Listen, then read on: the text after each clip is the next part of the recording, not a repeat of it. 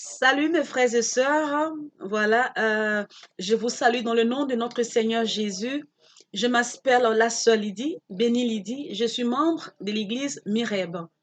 Je fais partie du ministère de l'adoration de cette église et aujourd'hui comme ça, j'ai la grâce de partager un verset biblique avec vous, une petite exhortation, voilà, et que Dieu nous bénisse.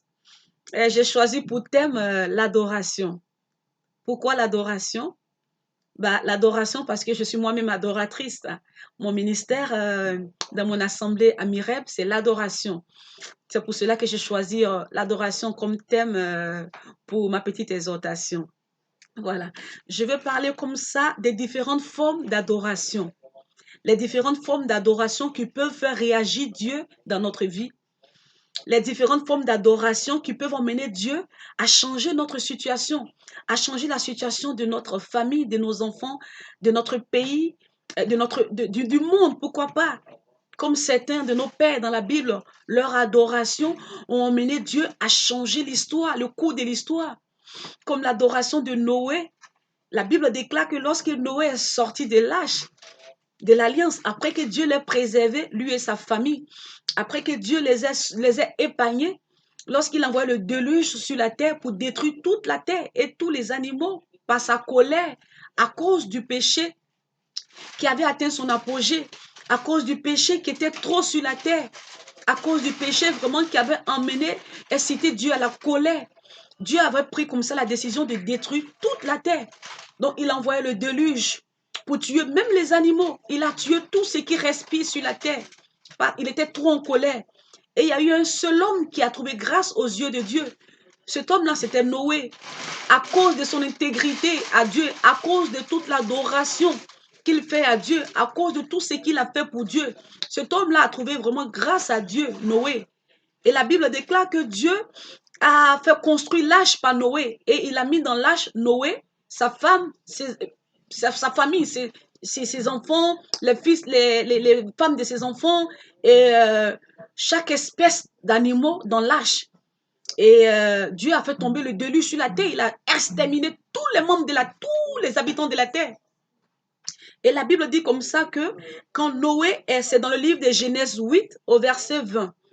Quand Noé est sorti de l'arche, la première des choses que Noé a fait, c'est l'adoration. Et cette adoration de Noé-là, elle a changé le cours de l'histoire. Elle a changé la décision à Dieu. Elle a poussé Dieu à prendre une décision de ne plus jamais détruire la terre.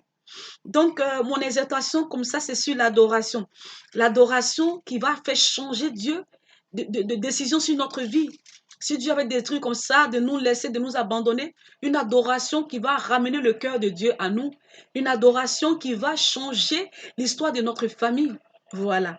Donc, ma petite exhortation dit comme ça que l'adoration en trois parties. La première partie, c'est l'adoration par l'obéissance. L'adoration par l'obéissance, c'est-à-dire quoi? C'est-à-dire obéir au commandement de Dieu, obéir à la parole de Dieu. Écouter non seulement la parole de Dieu, mais la pratiquer, l'obéir. Nous avons vu cela aussi avec Noé, comme j'ai dit tout à l'heure. La Bible dit que Noé était un homme intègre. Intègre. C'est pour cela qu'il a trouvé grâce à Dieu. Il était tellement intègre dans sa marche avec Dieu. Il écoutait tous les commandements de Dieu. Il pratiquait tous les commandements de Dieu. Il obéissait tellement à Dieu. Imaginez-vous comment Dieu décide de détruire toute une terre. Comment Dieu décide de détruire tous les habitants sur la terre, même les animaux. Même les animaux. Dieu décide comme ça de tout détruire, même les plantes. Mais il épargne la vie d'un seul homme et sa famille. Il épargne la vie d'un seul homme. Imaginez un peu comment Noé pouvait être obéissant à Dieu. Obéissant, intègre, pour qu'il soit épargné, lui et sa famille. Donc l'adoration par l'obéissance. Nous devons adorer Dieu par notre obéissance, c'est-à-dire écouter sa parole, écouter ses serviteurs qui nous enseignent, qui nous prêchent de marcher selon la parole de Dieu. Les écouter cette parole-là, la mettre en pratique, afin que nous puissions vraiment être comme Noé. Il n'y a pas que Noé qui était intègre. Il y avait Daniel, il y avait notre père Abraham. Ces gens l'ont trouvé grâce à Dieu. Il y avait Joseph. Nous connaissons l'histoire de Joseph. Comment l'obéissance de Joseph a changé l'histoire de sa famille. comment Joseph est devenu premier ministre en Égypte à cause de son intégrité, de son obéissance à la parole de Dieu. Donc, nous pouvons voir par là l'adoration par l'obéissance. C'est ça la première adoration à Dieu. Tu ne peux pas adorer Dieu en priant Seigneur, je t'adore. Et puis, tu ne marches pas selon sa parole. Tu n'écoutes pas sa parole. Tu ne le respectes pas. Tu le désobéis. Ça, c'est pas une adoration. Donc, la première adoration, c'est ça, l'adoration par l'obéissance.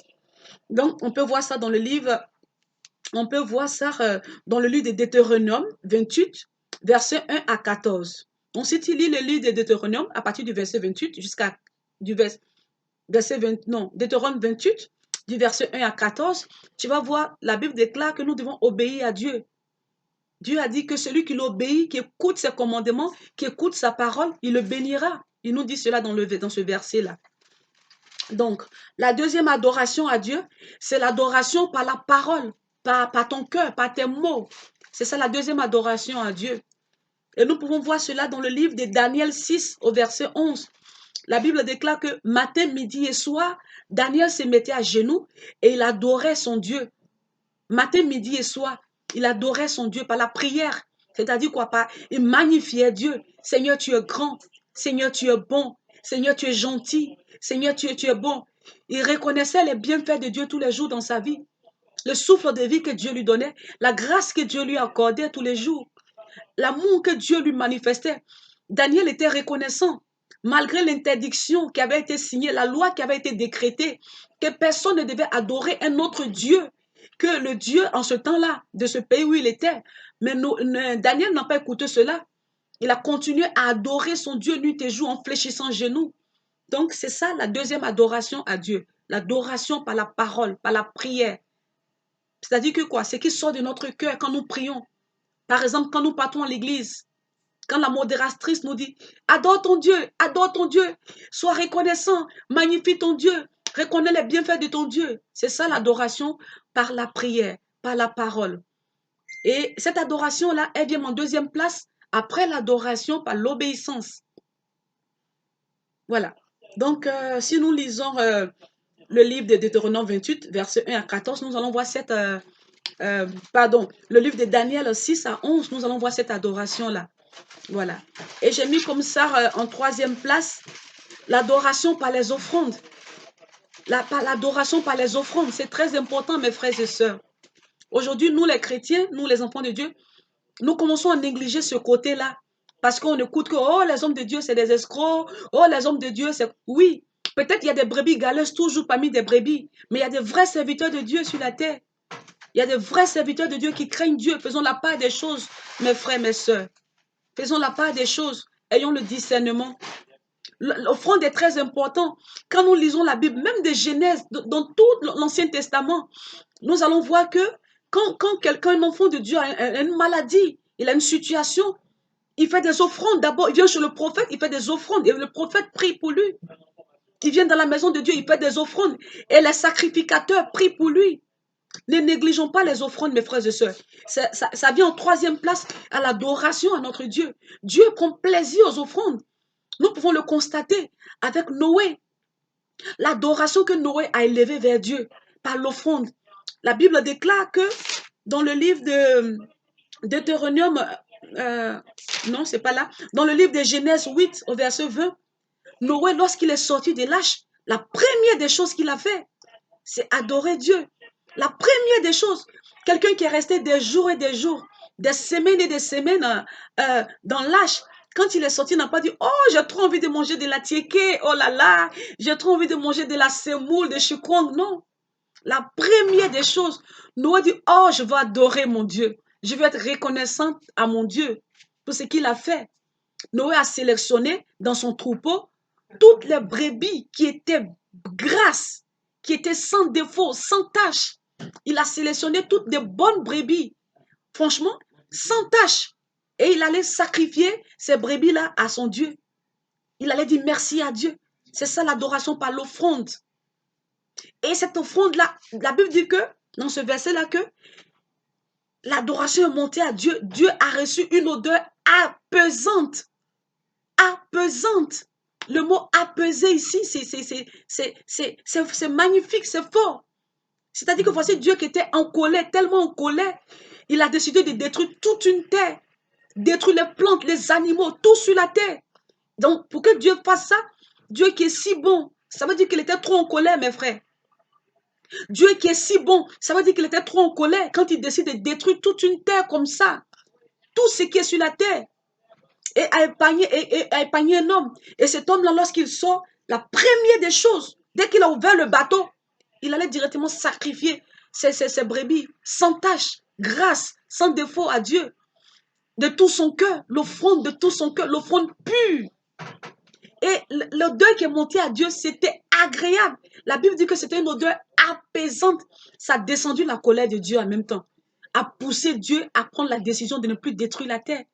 A poussé Dieu à se repentir de ne plus détruire la terre. Cette adoration-là a changé le cours de l'histoire, a changé la décision de Dieu, a changé le sort de la terre. Pour moi, c'est à cause de cette adoration-là que Dieu ne peut plus punir la terre.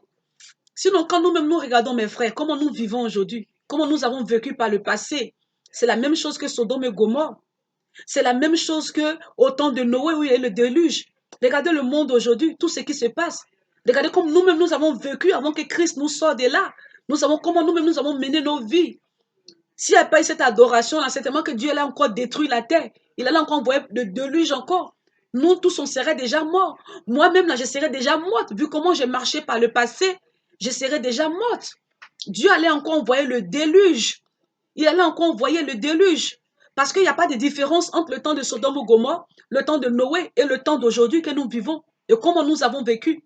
Nous attirons la colère de Dieu tous les jours. Nous attirons la colère de Dieu tous les jours. Mais à cause de l'adoration de Noé, par les offrandes, par l'offrande sincère, l'offrande pure, l'offrande parfaite, qui a touché Dieu, qui a pesé la colère de Dieu. Cette offrande-là a mené Dieu à changer l'histoire de la terre, à se repentir et à promettre de ne plus jamais détruire la terre. L'offrande de Noé a poussé Dieu à promettre qu'il n'allait plus jamais détruire la terre. Oh là là, quelle adoration mes frères, quelle adoration. Donc j'ai mis en deuxième position comme ça, l'adoration par les offrandes. Par les offrandes. Ne négligeons pas cela. N'écoutons pas les gens qui disent que ce n'est pas tous les hommes de Dieu qui sont faux. Dans un panier de tomates, il y a des tomates abîmées et il y a des tomates qui sont bien. Toutes les brebis, ce ne sont pas galeuses. Il y a des vrais serviteurs de Dieu sur la terre. Demande à Dieu de te guider dans une église où il y a des vrais serviteurs de Dieu. Sinon, tu vas aller en enfer peut-être à cause juste d'avoir négligé ce côté d'offrande. La Bible déclare qu'apporte dans la maison de Dieu toutes les dîmes et les offrandes afin qu'il y ait de la nourriture.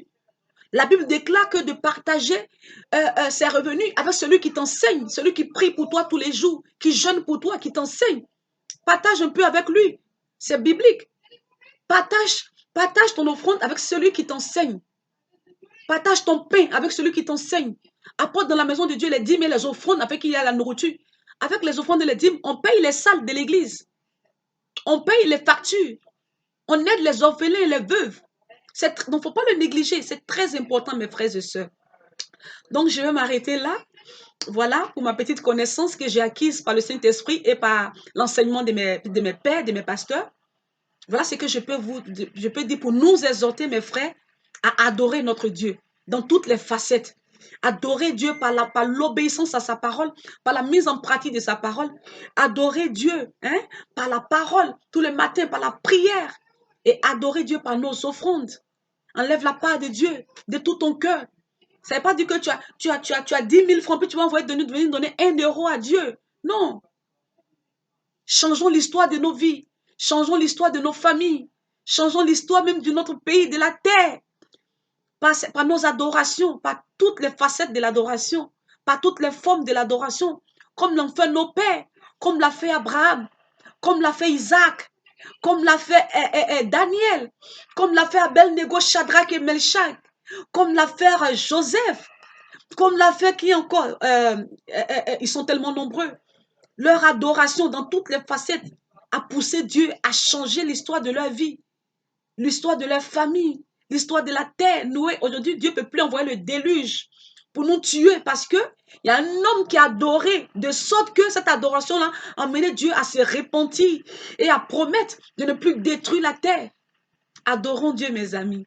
Soyons de vrais adorateurs. Respectons la parole de Dieu. Obéissons à la parole de Dieu dans toutes ses facettes. Respectons les hommes de Dieu. Aujourd'hui, nous ne respectons plus les hommes de Dieu. Respectons les hommes de Dieu. Obéissons-les. Si tu as quelque chose qui ne te plaît pas, appelle ton frère. Dis-lui. Voilà, je m'arrête là. Que Dieu nous bénisse et qu'il nous aide tous les jours à être vraiment des enfants obéissants.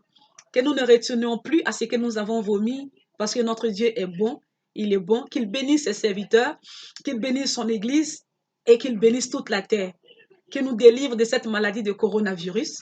Au nom de notre Seigneur Jésus. Amen. Je vous bénis et je me bénis dans le nom de Jésus. Amen. Merci de m'avoir écouté et que Dieu vous bénisse, mes frères. Amen.